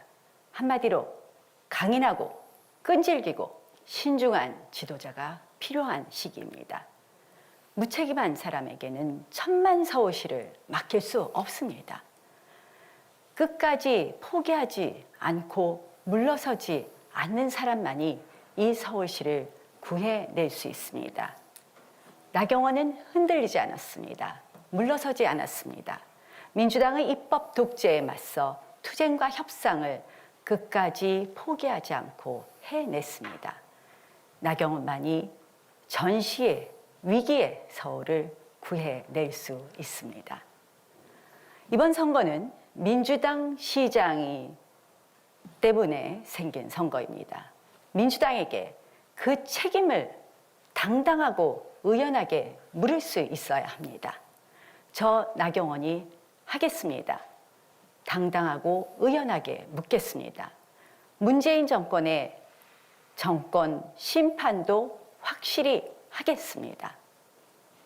여러분과 함께 문재인 정권 심판하고 그리고 서울부터 정권 교체해서 건강한 서울 만들어 드리겠습니다. 1,000만 서울 시민이 5천만 국민의 미래를 결정합니다. 함께 하겠습니다. 네, 감사합니다. 자, 다음은 오세훈 후보. 예, 존경하는 서울 시민 여러분. 역사적으로 볼 때 가장 나라와 국민을 지켜내지 못한 군주가 있다면 누구를 생각하십니까? 아마 임진왜란 때 선조, 병자별원 때 인조, 그리고 구한말의 고종 정도를 생각하시지 않을까 싶습니다. 그렇다면 근대화 이후에 우리나라에서 가장 백성을 지켜내지 못한 대통령은 누굴까요? 저는 단연코 문재인 대통령이라고 생각을 합니다. 첫 번째는 국민을 이간시킨 죄가 제일 큽니다. 임기 내도록 내내 국민들을 내 편으로 나누어서 정말 감정의 골을 깊게 파놨기 때문에 함께 나라의 미래를 논의할 수조차 없는 국민 사이의 관계가 되어버렸습니다. 참으로 통탄할 일입니다. 국민 이간죄, 이건 대역죄입니다. 두 번째, 국민소득 깎아먹은 죄. 부동산 가격을 엄청나게 올려놔서 가처분 소득이 줄었습니다. 일자리도 줄었는데 소득이 없으니까 정말 빈사 상태입니다. 그런데도 장관, 수석 모아놓고 칭찬을 합니다. 정말 과대망상죄, 그리고 국민 모독죄입니다. 아스트라제네카밖에 확보를 못했기 때문에 가장 필요한 어르신들께 백신 공급이 안 될 겁니다. 정말 이런 대통령 심판해야 됩니다. 이번 선거에서 반드시 심판해 주십시오. 저 오세훈 여러분께 마음의 빚이 있습니다. 이 마음의 빚, 그걸 바탕으로 해서 책임감을 크게 느끼고 있고요. 그동안 10년 동안 많이 갈고 닦았습니다. 단단해졌습니다. 이 책임감과 단단함으로, 실력으로 서울을 바꿔서 정권 교체의 초석이 되겠습니다. 도와주십시오. 네, 감사합니다. 자, 시간을 아끼기 위해서 긴 설명 드리지 않겠습니다. 요령은 전과 동이고요. 후보자별 16분씩 자유롭게 토론해 주시면 되겠습니다. 시작하시죠. 예, 오늘은 제가 먼저 여쭤볼까요? 하시겠습니까? 네, 예. 사회자께서 특별히 주문도 하셨으니까 오늘은 일 얘기부터 좀 시작을 하겠습니다. 벌써 몇 번째 토론하다 보니까 이제 서로 공약을 잘 알게 됐는데요. 이렇게 여쭤볼게요. 그동안 이제 돈이 많이 들어가는 공약을 꽤 많이 하셨습니다. 물론 어저께 4조 5천억밖에 안 된다 연간 이런 말씀하셨는데 우리는 지금 1년짜리 보궐선거 시장에 취임하게 됩니다. 1년 내에 현금을 나누어주는 형태의 복지 정책이나 여러 가지 정책을 많이 내셨는데 그 중에서 1년 내에 실현 가능한 공약이 혹시 있나요? 저는 지금 제가 하고자 하는 공약들을 하려면 아무래도 새롭게 예산을 좀 편성해야 될 겁니다. 잘 아실 거고요. 그 절차는. 그럼 과연 시의회를 설득할 수 있느냐. 아마 이런 취지로 아니, 말씀하신 시의회를 설득하는 게 아니라 이미 예산은 짜여져 있기 때문에 예. 추경을 임기는 편성하면서 삭감하고 또 증액해야 되죠. 추경을 해서 할 수 있는 사업 중에 공약하신 게 뭐가 있나요? 저는 지금 할 수 있는 것이 있다고 생각을 합니다. 지금 실질적으로 제가 예컨대 지금 예산을 자꾸 저한테 퍼주기라고 하시는데요. 그러니까 할 수 있는 공약. 저는 숨트론이라든지 지금 할 수 있는 숨트론이 예산 6조가 들던데요. 숨트론은 코로나 위기 극복까지 6조라고 말씀을 드렸고요. 그러니까 말이에요. 그래서 코로나 위기 극복이 2년이나 작년에 3년 추경으로 편성된 게 꼬리표가 붙어가지고 나눠줄 거를 전제로 해서 내려왔던 게 서울시의 추경이 5조 정도 됩니다. 지금 말씀하신 숨트론인가 그 공약은 어려움에 처한 분들 6조 기금 만들어가지고 약 90조 정도의 대출을 보증하겠다는 거 아니셨습니까? 기본적으로 내용은 그렇습니다. 근데 코로나 위기 극복 시까지 6조이기 때문에 지금 당장 필요한 것은 저는 한 2조만 넣어도 30조가 되고요. 30조면 5천만 원씩 올해 1인당 2조를 5천. 마련할 수 있습니까? 저는 만들어낼 수 있다고 봅니다. 어떻게 2조를 만들어냅니까? 지금 추경 편성하면서 깎을 걸 깎고 다시 추경을 편성할 때는 다시 예산해 집어넣으면 보셨지만 잘 아시겠지만 다 꼬리표가 붙어 있잖아요. 이거는 어떤 피해 업종에 어떻게 나눠준다. 그거를 깎아내 가지고 다시 또 숨 틀어놓으면 결국은 아랫돌 빼서 윗돌 개는 거죠. 그 피해 업종에 돈을 지원하는 것과 숨트론은 근본적으로 다릅니다. 아시다시피 다르니까 숨트론의 핵심은 돈을 그냥 나눠주겠다는 것이 아니라 보증하는 지금 거죠. 그렇죠. 코로나 위기 극복할 때까지 그런데 자영업자가 정부에서 버텨낼 수 있게 피해 해주겠다는 보전해 거죠. 주라고 코로나에서 피해를 입은 업종에 피해 보전해 주라고 내려준 돈을 중간에서 뚝 떼어 가지고 숨토론을 만들면 그건 취지에 어긋나죠. 아니 그 돈을 띄어서 내놓을 필요는 그럼 없죠. 어디서 이조를 마련합니까? 아니 순세계 잉여금 또 예산 다이어트 순세계 저는 임금은 작년에 쓰고 남은 돈 아닙니까? 그렇죠. 작년에 쓰고 남은 돈 이미 예산에 반영이 돼 있지 않습니까? 그리고 비경직성 예산 같은 것 중에서 남는 걸 갖다가 쓸 수 있고요. 저는 예산 다이어트 가능하다고 봅니다. 제가 그 말씀 좀 드리겠습니다. 계속해서 예산 다이어트를 말씀하시는데요. 그러면 거꾸로 서울시 물어보겠습니다. 아니 잠깐 이 문제는 다 거꾸로 짚고 물어보겠습니다. 넘어가겠습니다. 아니. 일단 질문을 드렸으니까 마무리 지어야죠.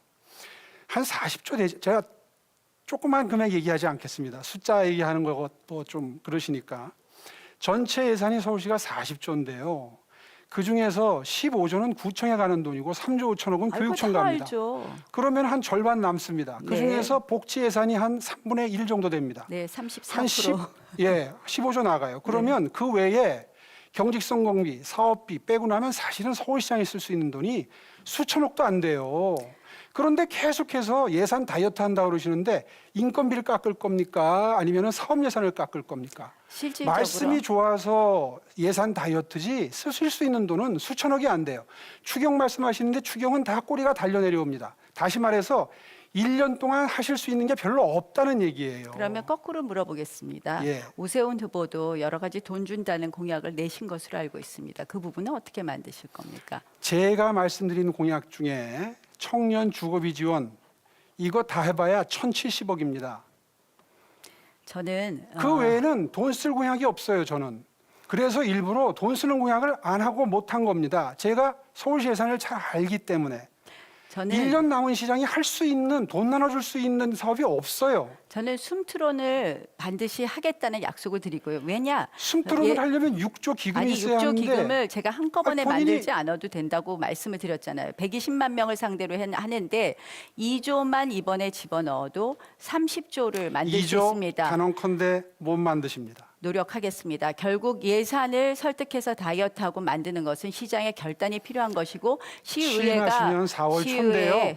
시의회 취임하시면 4월 초인데 그때부터 추경해서 작년과 같은 자, 기준으로 추경을 그러면 한다 1년 하더라도 남은 시장이 지금 이 코로나 위기 속에서 손 놓고 있겠다? 저는 결국 그런 서울시가 자세로서는 만들 그런 제가 그래서 자세로서는 어저께 이번에 여쭤봤잖아요. 전시의 서울을 극복할 수 없다 이렇게 생각을 아니죠. 합니다. 그건 아니죠. 왜냐하면 필요하면 추경에 꼬리표 날려서 내려오는 예산을 국회에 가서 설득해 봅시다. 자, 이렇게 왜 제가 그렇게 이렇게 소극적인 서울시정을 하시려고 합니까? 제가 이렇게 전시의 설명드리겠습니다. 서울시를 그렇게 이끌어가서 가능하실 것 같습니까? 어저께 제가 그래서 여쭤봤잖아요. 빚을 지시겠다는 겁니까 하니까 빚지지 않습니다 그러셨잖아요. 빚지지 않고 적자 하겠다는 국채 발행 안 것입니다. 한다 그러셨잖아요. 그렇게 되면 결국 국회에 가서 돈 얻어오는 수밖에 없는데 2차, 3차 추경까지 전부 재난구조금으로 피해 보전금으로 내려올 텐데 그걸 잘라가지고 숨토론을 하신다고 자꾸 우기시니까 지금 앞뒤가 안 맞는 겁니다. 글쎄 한번 두고 보시죠. 그렇게 하시고요. 노력하겠습니다. 네. 그렇게 하시고 이- 지금 예산 얘기가 나왔으니 말인데 어저께 분명히 그러셨잖아요. 1년에 4조 5천억씩을 만들겠다고 40조 예산의 서울시에서 1년에 4조 5천억씩을 어떻게 끄집어내 가지고 만드십니까? 빚지지 않고. 자, 예산이라는 것이 이쪽 거를 좀 깎아내고 이쪽 거를 갖다 새로운 항목을 갖다 넣는 건 아닙니까? 예산에다가 어디 뭐 빈 돈을 그냥 주나요? 다 용도가 있는데 그거를 아니 예산 말이 쉬워서 편성할 예산 때 다이어트를 한다고 예산 하지. 편성할 때 부처별로 올릴 때 그것을 그대로 100% 올립니까? 일단 업해서 올리고 또 자르고 하지 않습니까? 저는 충분히 우리가 깎을 거 깎아서 저는 다이어트해서 할 수 저는 있다라는 이렇게 말씀을 드리고요. 말씀드리겠습니다. 그동안에 이건 고백하셔야 됩니다. 공약 욕심이 많으셨어요. 그래서 이것저것 나눠줄 수 있는 공약을 많이 내놓다 보니까 지금 감당을 못하고 계시는 거예요. 그러면서 자, 그러면 조은희 오세훈 후보가 분명히 후보는 15조 내지 17조라고 했는데 저는 본인이 주장한 4조 5천억만 가지고 지금 얘기를 드린 겁니다. 자 15조 훨씬 더 들어가는 것이 어디 한번 계산해 볼까요? 아동수당 준다 그런 것도 1년에 1조가 넘습니다. 1조 안 들어갑니다. 저희가 계산해 그 봤습니다. 팀의 그거는 공약팀장을 아동- 하시는 김모 의원님께서 어디 인터뷰를 하셨는데 20만 가구 1조 2천억 얘기를 하신 걸 제가 읽었습니다. 아 그러면 잘못 나간 겁니다. 왜냐 아동수당이 아니라 공약 팀장 아니세요? 양육수당입니다. 양육수당이고 야동? 예. 양육수당은 가정 내 양육하는 아이들을 지원하는 겁니다. 가정 내 양육되는 아이들은 0세부터 5세 중에서 절반 정도인 13만 명입니다. 그래서 그만큼 들지 않는다는 말씀을 거기다가 드리고요. 또 현금이 자, 1조 이상 들어가는 게 또 있어요. 제가 지금 최저생계비 밑에 어려운 분들 기본소득이라는 이름 붙인 기본소득 기본소득도 들어가는 아니지만 것, 기본소득이라는 이름을 주기소득 붙인 것도 30%. 그것도 1조가 더 들어가요. 자, 안심소득 그러면 한번 안심소득 한번 이야기해 볼까요? 그러시죠. 안심소득 하신다 그랬습니다. 200가구에 대해서 일단 시범적으로 하시겠다고 하셨습니다. 3년 정도는 해야 됩니다. 자, 저는 그걸 공약으로 발표하신 걸 보고 좀 의아하긴 했습니다. 그거는 공약이라고 할 수도 없죠. 그냥 계획을 말씀하셨는데 안심소득 서울의 중위소득 50%에게 주는 건데요. 얼마나 드는지 계산해 보셨습니까? 정부 실시했을 때. 아, 53조 드는 걸로 나와 있습니다. 전국이 53조고요. 서울은 전국이 53조입니다. 그렇죠. 서울은 뭐 한 5분의 1 잡으면 예, 되겠죠. 그렇겠죠. 12조 정도 되겠죠. 네. 자, 서울의 지금 복지 예산이 얼마입니까? 아니죠. 복지 중에 몇 개를 잘라내는 겁니다. 주둔 거를 그렇죠. 안 주고 그 재원을 써서 복지를 하는 저도 거기 때문에 안심소득 검토했습니다. 우리 예. 당에서도 그동안 검토했었습니다. 안심소득은 복지 예산에 분명히 복지의 재편성이 필요합니다. 그렇습니다. 그렇죠? 그러면 지금 12조인데 안심소득에서 12조 예산 안심소득만 하면 서울에 12조가 들어요. 그런데 복지 예산에는 분명히 서비스로 주는 게 있고 돈으로 주는 게 있습니다. 그러면 복지 예산이 엄청 늘어나지 않고는 그런 논리라면 이렇게 설명을 안심소득을 지금 당장 하기 어렵다. 그리고 또 저는 안심소득을 부정하는 것은 아닙니다. 안심소득 일부분 저희가 해야 될 필요도 있지만 지금 이 코로나 위기 속에서 안심소득이 과연 가능할까 한번 재고해 보시라는 말씀을 드리겠습니다. 이렇게 설명을 드릴 수밖에 없습니다. 4차 산업혁명 시대에 일자리는 줄어들고 그렇죠? 그래서 미리미리 준비를 해야 돼요. 독일이라는 나라가 그렇게 허술한 나라입니까? 그 나라는 왜 기본소득 실험을 하겠습니까? 그리고 기본소득보다도 안심소득이 훨씬 더 우리 우파의 가치에 맞습니다. 왜냐하면 중위소득 이하의 하우상박으로 가난할수록 밑으로 내려갈수록 많이 드리는 거기 때문에. 문제점은 하나 있죠. 소득이 전혀 없는 분에게는 안심소득이 적용되지 않는다는 문제점은 있습니다. 그거는 확인 보완하면 말씀해 주십시오. 되고요. 네. 일단 안심소득 실험 같은 것을 지금부터 시작하는데 3년 정도 관찰하고 국가적인 견지에서 실시를 해야 됩니다. 서울시 자체만으로는 안 돼요. 그래서 독일도 베를린시에서 실험을 하는 겁니다. 우리 서울시가 그런 실험을 안 하면 만약에 민주당 같은 당에서 집권을 해가지고 기본소득 같은 걸 실시하게 되면 이거 나라 절단납니다.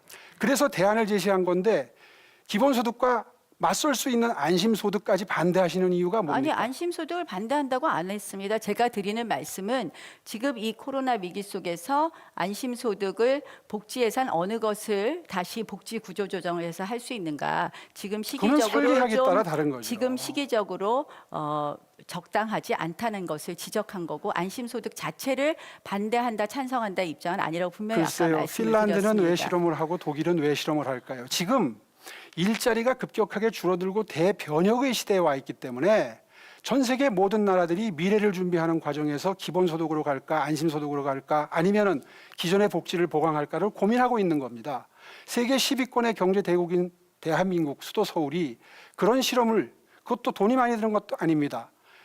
200가구 정도면은 수십억이면 실험할 수 있습니다. 그 제가 실험이 왜 문제가 되죠? 아니 제가 드리는 말씀은 지금 시기에 그렇다는 말씀이고요. 시기가 자, 너무 이번 이르다 그런 시기에, 말씀이십니까? 지금 아니 시기에 위기시다고 적절하지 해서 수십억 않다라는 들여가지고 말씀을 드리는 거고 복지를 사실은 제가 궁금한 거는 어떤 복지 예산을 어떤 복지를 구조조정할지를 한번 여쭈어보고 싶었는데요.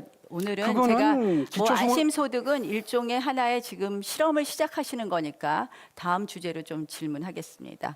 아무래도 부동산에 대해서 가장 관심이 많으신 것 같습니다. 유권자들께서는 오세훈 후보께서 내놓으신 공약을 보니까 전체적인 공급 주택 수는 저하고 뭐 5년을 기준으로 해서 말씀하시고 저는 10년을 기준으로 이야기를 했기 때문에 사실상 큰 주택 수의 차이는 없습니다. 다만 공급 주체가 누가 되느냐에 있어서는 차이가 있는 것으로 보입니다. 내놓으신 공약 중에서 상생주택을 저는 재밌게 봤습니다. 네. 상생주택, 민간 토지 임차형 공공주택 맞습니까? 그렇습니다. 네, 어떻게 민간 토지를 임차하시겠다는 거죠? 이거는 일본에서 시행하고 있는 차지차가법을 보고 아이디어를 얻어서 인사이트를 얻어서 한국형으로 적용을 한번 해보려고 하는 겁니다.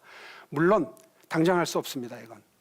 그래서 먼 장래를 보고 차근차근 입법부터 준비를 해야 됩니다. 안 쓰이는 토지들이 많습니다. 그런 경우에 또 오래된 집들도 있습니다. 그런 경우에 상속해주기도 힘들고 팔기도 힘듭니다. 우리나라가 아시다시피 상속세, 증여세 많지 않습니까? 그런 땅들이 일본 같은 경우에는 공가로 남아있는 경우도 많습니다. 그런 집들을 어떻게든 주거로 활용을 해야 됩니다. 그런데 이거를 다 살려니 힘이 들어요. 재원이 들어가죠. 제 공약의 특징은 재원이 안 들어가도록 설계한 겁니다.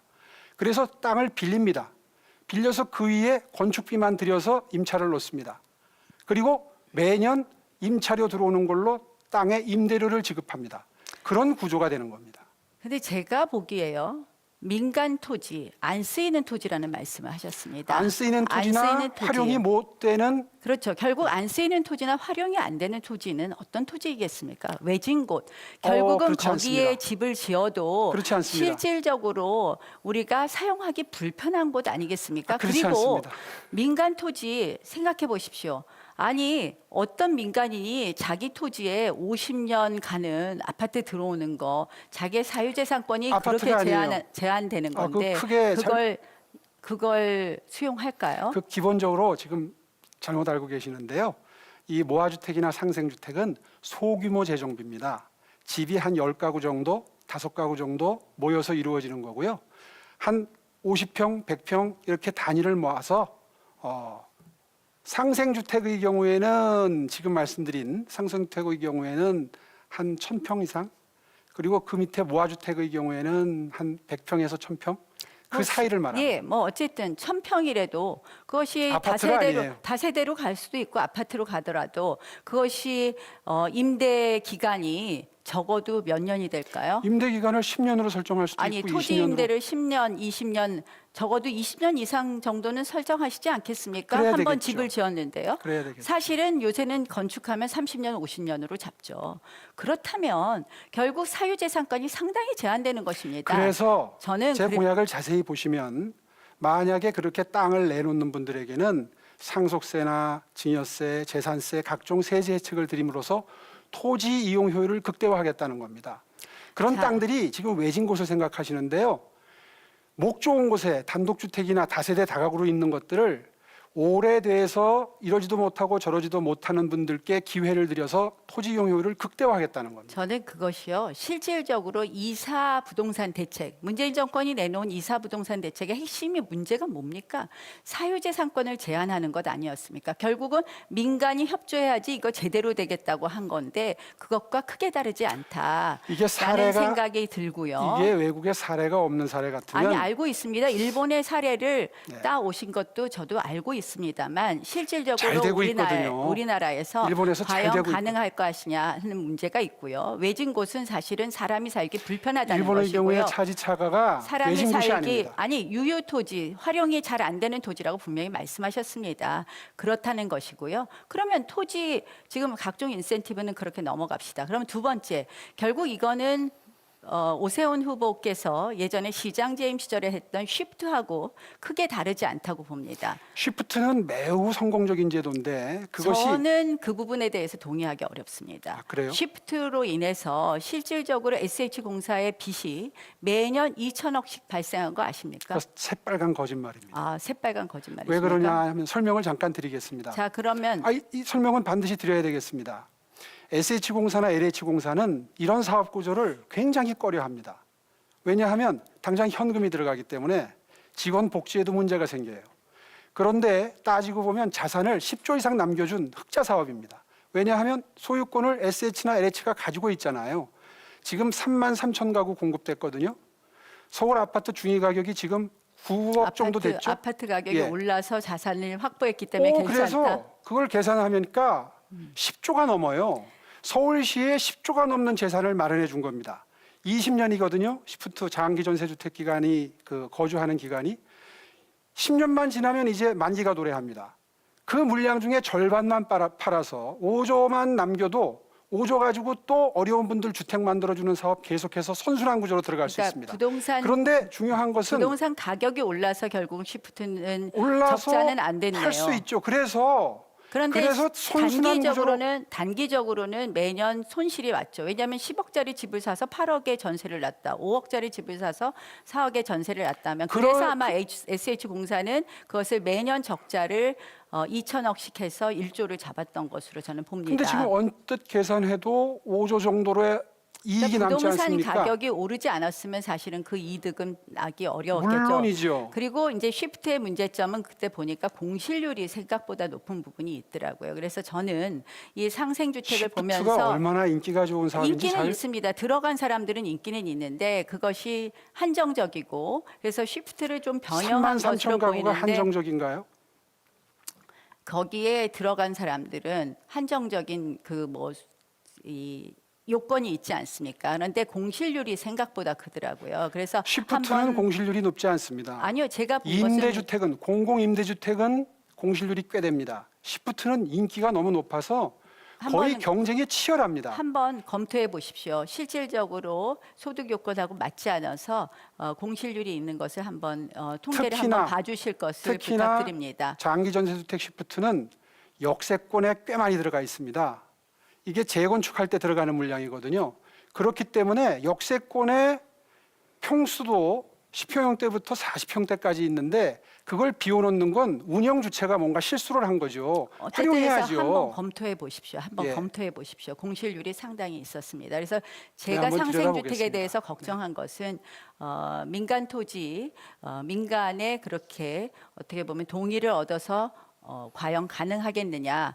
결국 그런 부분에 있어서 이번에 이사 부동산 대책과 비슷한 점이 있지 않느냐 이사 하는 부동산 부분을 대책은 지적. 공공이 주도를 해서 분양까지를 다 하겠다는 허점이 있는 거고요. 그건 나 후보님이나 저나 공감대가 형성이 돼 있습니다. 제가 페이스북에 쓰신 글을 봤거든요. 저하고 생각이 똑같으세요. 근데 제가 제안한 그 아이디어를 지금 이사 대책하고 같은 개념이다 아니 이렇게 그것도 얘기하시면 민간 토지를 임차해서 공공이 분양하겠다고 해서 제가 드리는 말씀입니다. 임대잖아요, 이거는. 아니 분양이 공공임대를 왜 공공임대만 합니까? 저는 임대주택의 상당 부분을 민간임대로 저는 활성화하려고 합니다. 그래서 그거는 이런 많이 부분 들수록 좋죠. 예, 그래서 그러나 사실은- 공공이 임대를 하지 않으면 아니요. 어려운 분들께 공급되는 공공 임대 물량을 줄인다 그러면 아마 굉장히 시장에서 아니 혼란이 생길 겁니다. 공공임대를 안 하겠다는 게 아니라 민간 지금 임대와 말씀이- 아니요. 공공임대와 민간임대를 믹스하겠다는 얘기입니다. 그런데 그 구조의 디자인의 문제는 민간 토지를 빌려서 공공이 하겠다. 거기에 내놓는 민간이 어떤 사람이겠냐. 그 인센티브를 줄 거면 차라리 민간이 직접 하는 것이 훨씬 더 질 좋은 임대주택을 줄 수는 자, 없는지를 그렇게 한번 말씀하셔도- 검토하시라는 말씀입니다. 그건 뭐 얼마든지 제가 반박할 수 있지만 시간이 많지 않아서 우리 나 후보님 말씀하신 토지 임대부 주택에 대해서 한 가지 여쭙겠습니다. 매년 10,000가구를 공급하고 한다고 하셨는데 그렇다면 이번 1년 동안은 신혼부부에게 혜택 줄 게 거의 없다는 얘기네요. 1년에는 쉽지 않죠. 아파트 그렇죠? 지어 보셨잖아요. 그렇습니다. 아파트 지어 그래서 보셨잖아요. 여쭤보는 겁니다. 네. 1년짜리 시장인데 지금 뭐 그게 뭐 나경영이다 뭐 이런 말씀이 나올 여지도 없는 것이 그거는 내년 내후년 이후에나 생길 일이지 그분들께 사실상 이번 임기인 1년 내에는 드릴 수 있는 혜택이 하나도 없는 공약입니다. 사실. 아니죠. 인허가를 빨리 하면은 저는 첫 삽을 뜰 수 있다고 봅니다. 아니 토지 임대부 주택을 처음에 아이디어를 내실 때 역세권 근처에 하신다면서요. 아니죠. 처음에 페이스북 토지- 보십시오. 본인 글이 그렇게 돼 있습니다. 토지 임대부 주택은 저는 차량 기지 위에다 하려고 지금 준비하고 있습니다. 그래서 제가 지적을 했더니 이거 역세권에 이렇게 지을 땅이 없을 겁니다. 1년 내 힘듭니다. 빠른 시일 내에 힘듭니다 했더니 그때 설명을 내놓으신 게 두 가지였어요. 재건축 재개발할 때 뭐 기부 체납하는 토지에다 짓는다. 그다음에 차량 기지에다 짓는다. 이 두 가지 변명을 하셨는데 제가 보기에 이 두 가지가 다 문제가 있습니다. 일단 지금 차량 기지 말씀하셨으니까 아니 우리 청년들에게 또 신혼부부들에게 또 아이들 어린아이들 키우는 분들에게 차량 기지 위에 지으면 소음 진동이 있지 않습니까? 그래서 박근혜 대통령도 취임할 때 차량 기지 위에 짓는다는 공약을 했다가 하나도 못하고 결국 임기를 맞았습니다. 차량 기지 위에 지으면요 소음 진동 때문에 사실은 거기에 들어가시는 분들은 즐거운 마음이 아닐 거예요. 아마 오세훈 그리고- 후보는 본인이 재임 시절에 지으셨죠? 신정 차량기지 임대주택. 그 본인이 하신 건가요? 예, 이명박 예, 그렇습니다. 그때의 차량기지 임대주택을 생각하실 겁니다. 제가 곧 발표할 건데요. 네. 차량기지 위에 훨씬 우리 시민들이 좋아하는 임대주택을 지을 준비를 하고 있고 그것을 전문가와 의견이 다 끝났습니다. 그 부분에 대해서는 제가 이런 단점을 좀 말씀을 드릴게요. 지금은 당장은 제가 소음 진동만 말씀을 드리려고 했더니 말씀을 하시니까 그 주변 지역 주민들이 정말 원치 않습니다. 첫째. 두 번째는 차량 기지 위에 데크를 올리고 건물을 지으려면 예산이 건축비가 훨씬 더 많이 들어갑니다. 세 번째, 소음 진동 아무리 공법이 발달해도 피해갈 수 없습니다. 자. 그래서 평범한 토지에 짓는 것보다 훨씬 후순위로 밀리는 것이고 결국 이거를 해낸 사례가 거의 없는 겁니다. 서울 시내 차량기지 13곳 중에서 4곳이 경기도에 있고 지금 9곳이 이전에 관한 협의가 진행되고 있는 것은 아시죠? 네. 그중에서 저는 한 개, 창동에는 벤처타운을 만들 것입니다. 나머지 8개의 차량기지에 지금 주택을 공급할 것을 준비하고 있고요. 글쎄요. 저는 토지 임대부 주택은 사실은 뭐 말씀이 나왔으니까 하는 말씀이지만 상당히 청년과 신혼부부에게 꿈을 줄 수 있는 주택이라고 생각을 합니다. 어쨌든 간에 다음 주제를 좀 넘어가 1년 볼까요? 보궐선거 시장이 1년 내에 공급할 수 있는 토지 임대부 주택은 저는 단언컨대 한 채도 없을 것이다. 1년 따라서 그 안에는 공약은 못합니다.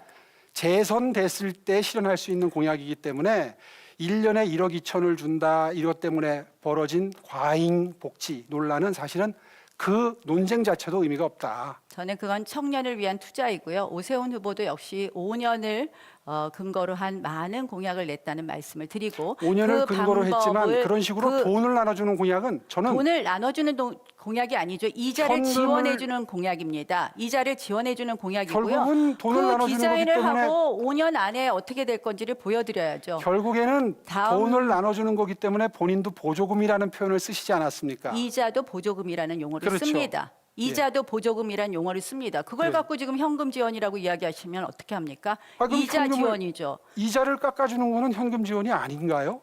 아니 그게 현금 나눠주기하고 같습니까? 상환을 하는 것인데 저는 형태가 굉장히 안타깝다는 직접적인지 말씀을 드리고요. 간접적인지 차이만 있을 청년과 뿐이지. 신혼부부에게 투자하는 것 저는 민선 2기가 되면 더 과감한 투자를 저는 하겠다는 그 말씀을 마음은 드립니다. 120% 동의합니다. 그 넘치는 신혼부부에 대한 애정은 저는 120% 동의하지만 이번 1년 내에 혜택을 드릴 게 하나도 없다는 거죠. 토지 임대부 주택이 공급이 안 될 테니까. 희망을 드리기 시작하죠. 희망. 자, 네. 에 대해서 또 주민투표 붙이시겠다고 했습니다. 그런 말 한 적 없습니다. 아니 국회 이전에 주민투표 붙이시겠다고 했습니다. 아니요. 주민투표 말씀하십시오. 제가 답변 드리겠습니다. 제가 그때 들은 생각이 10년 전의 무상급식 주민투표였습니다. 아니 또 이것마저 편가르고 그 사이에 또 시민들 사이에 왈가왈부 이야기가 나오게 하시는가. 저는 오 후보께서 늘 하시는 걸 보면 얼마 전에 퀴어 축제에 대한 답변도 마찬가지예요. 광화문위원회가 결정하겠다. 맞습니다. 절차는 광화문위원회가 결정하는 거 맞습니다. 그러나 오 후보의 생각이 뭔지를 소신 있게 말씀을 하시지 말씀드리겠습니다, 않습니다. 오늘. 또 그것뿐만 아닙니다. 이번에 출마하실 때 조건부 출마를 거셨습니다. 저는 늘 오 후보를 보면서 과연 소신이 뭔지, 철학이 뭔지, 어떤 것을 하겠다는 것인지, 왜 중요한 부분은 번번이 미루시는지 듣고 싶습니다. 예, 거꾸로 답변 드리겠습니다. 조건은 출마 아니었고요. 예, 열흘 동안 기다리면서 우리 당으로 들어오시라. 그러면 원천적으로 후보가 흩어져서 야권이 분열해서 패배할 일 없다 하는 제안이었고요. 퀴어 축제에 대해서는 말씀드리겠습니다. 대원칙에는 동의합니다. 성소수자를 비롯해서 소수자의 인권이 배려돼야 되고 보호돼야 된다. 차별이 없어야 된다. 첫째. 두 번째, 서울광장이나 광화문 광장을 이용하는 게 문제입니다. 이거는 규정이 있습니다. 심의위원회가 있습니다. 거기서 결정하는 문제입니다. 세 번째, 잘 알고 있습니다. 저 개인의 소신을 물었습니다. 분명히 밝히겠습니다. 저와 그들이 다름을 인정하고 존중합니다. 이 세 가지면 저는 충분히 답변이 됐다고 생각하고요. 네, 그다음에 첫 오후보 번째 시간은 질문. 지금 다 지났습니다. 네? 오후보 시간은 지금 다 지났습니다. 네. 예.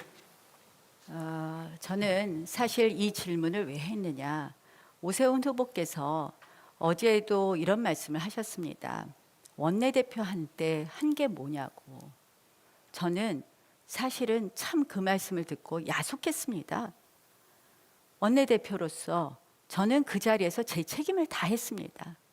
광화문에 국민들이 함께 나와서 싸우자고 했을 때 함께 나가서 싸웠습니다.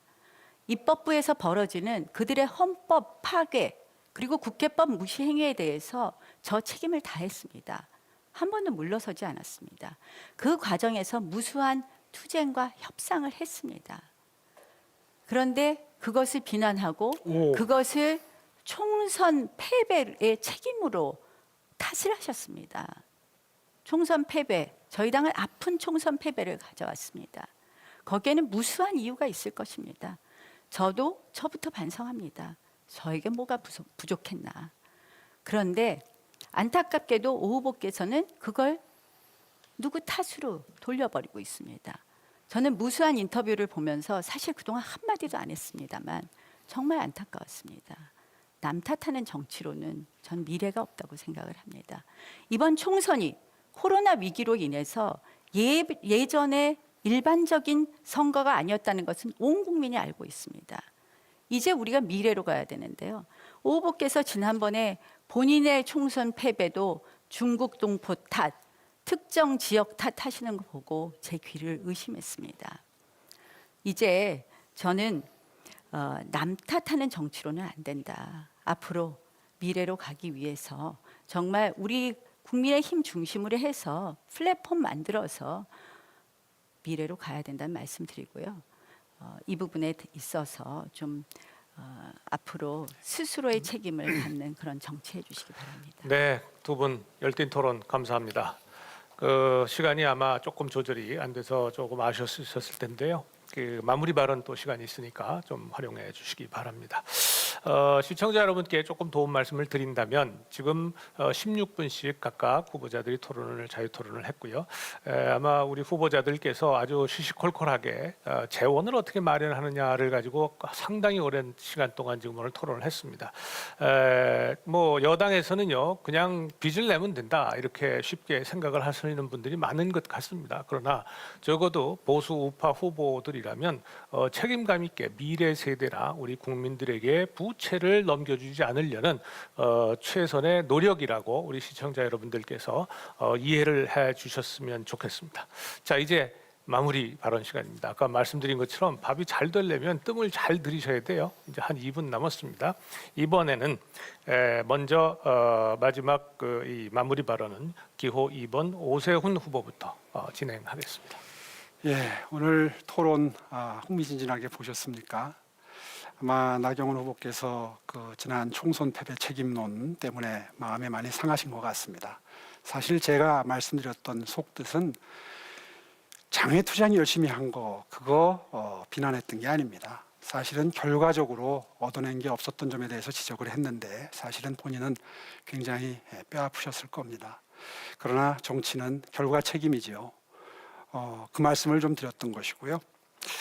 마무리하겠습니다. 정말 이 정권 대책 없는 정권입니다. 이번 선거를 통해서 확실하게 심판해 주셔서 이들이 혹시라도 이번 선거에서 이겨서 내년에 정권 또 재창출하겠다는 그런 마음조차 먹기 힘들 정도로 압도적으로 저희에게 힘을 좀 실어주십시오 하는 바람을 말씀드립니다. 저 오세훈 많이 부족한 사람입니다. 실수도 많았고 그리고 심려도 많이 끼쳐드렸습니다. 여러분의 크신 사랑을 사랑으로 보답드리지 못하고 제가 중도에 사퇴를 해서 아마 실망도 많이 하셨을 겁니다. 그러나 자책도 많이 했고 그 자책감이 이번에 더욱더 큰 책임감으로 다가와서 이렇게 여러분 앞에 섰습니다. 염치 없게도 다시 한번 여러분의 사랑을 호소드리고 있습니다. 이번에 1차 예선에서 서울시민 여러분들이 저에게 1위에 선정을 해주셨습니다. 그 뜻은 또 다른 격려이자 매서운 회초리라고 저는 받아들입니다. 여러분 열심히 해보겠습니다. 믿고 맡겨주십시오. 분골쇄신 뛰어서 보답드리겠습니다. 네, 감사합니다. 자, 다음은 나경원 후보 마무리 발언 부탁드리겠습니다. 존경하는 서울 시민 여러분, 토론 잘 보셨습니까? 이번 4월 7일 선거 정말 거기에 당선된 시장은 막중한 임무가 있습니다. 일상과 미래를 다 준비해야 합니다. 나경원이 하겠습니다. 일상. 이제 아이들이 마스크 없이 뛰놀던 모습, 또 친구들과 밤늦게 이야기했던 그런 일상이 그리우실 겁니다. 그 일상으로 회복해 드리기 위해서 코로나 위기 속에서 한 분도 낙오됨 없이 코로나 위기를 극복할 수 있도록 여러분들의 손을 잡아 드리겠습니다. 백신 접종 순차적으로 제대로 하겠습니다. 학교, 유치원, 어린이집, 장애인, 노인 복지시설부터 정상화시키도록 하겠습니다. 여러분들의 생활 건강하게 만들어 드리겠습니다. 소음, 미세먼지, 그리고 냄새로부터 해방시켜 드리겠습니다. 이런 일상 회복, 나경원이 섬세하게 하겠습니다. 이제 서울은 미래를 준비해야 합니다. 대한민국 나라빚이 천조가 되었습니다. 아이들에게 걱정과 절망만 물려줄 수 없습니다. 집 걱정하는 청년들에게 꿈과 희망을 드리도록 하겠습니다. 이제 세상은 급속도로 변하고 있습니다. 5대 권역 글로벌 혁신 모델을 통해서 디지털 혁신 수도 서울을 만들어 드리겠습니다. 이 모든 일상과 미래를 준비하는 일, 저는 결단력 있는 리더십만이 할 수 있다고 생각을 합니다. 소신 있고 강인하고 끈기 있게 해내겠습니다. 네, 감사합니다. 시청자 여러분, 여러분들은 지금까지 제1야당인 국민의힘에서 이번 4.7 서울시장 재보궐선거의 후보를 선출하기 위해 서울을 바꾸는 힘, 맞수 토론이라는 제목으로 1대1 토론을 함께 하셨습니다. 이제 후보들은 남은 두 차례의 합동 토론회를 통해서 후보를 가를 겁니다. 국민의힘은 3월 2일과 3일 이틀간에 걸쳐 서울 시민을 대상으로 100% 시민 여론조사를 통해서 최종적으로 3월 4일 서울시장 후보를 선출할 예정입니다. 여러분들의 뜨거운 관심과 애정 부탁드리겠습니다. 시청자 여러분, 견제와 균형이 사라진 민주주의는 더 이상 민주주의가 아닙니다. 집권당의 오만과 독선, 그리고 독재와 부패만이 남을 수밖에 없습니다. 4.7 서울시장 보궐선거는 서울을 바꾼 힘을 바탕으로 나라를 바꿀 미래를 만들어낼 것입니다. 여러분들의 뜨거운 성원 부탁드리겠습니다. 오늘 참여해 주신 네 분 후보자들께 깊이 감사드립니다. 고맙습니다. 네.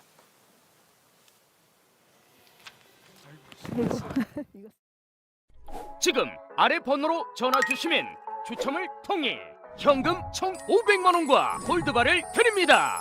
지금 바로 전화 주세요. 네, 뭐라고요? 갑작스러운 부고에 당황하셨죠? 가까운 이웃이나 마땅한